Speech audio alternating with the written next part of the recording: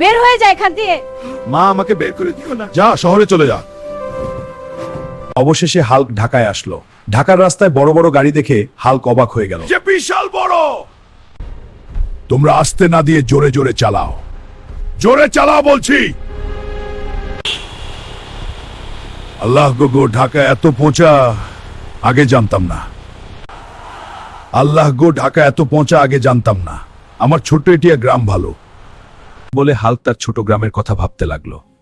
কল্পনায় হাল্ক করা বাবা বেশ ভালো আছি বাবা। মা, আমি তোমার কাছে আসছি মা।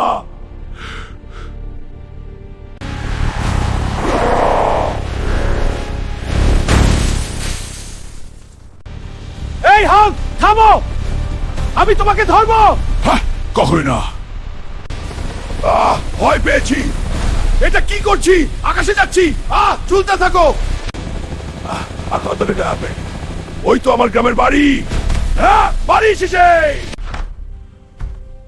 তুই আমাকে ছেড়ে কোথায় গিয়েছিলি? মা, আমি তোমাকে অনেক ভালোবাসি। তোমাকে ছেড়ে আমি কোথাও যাব না।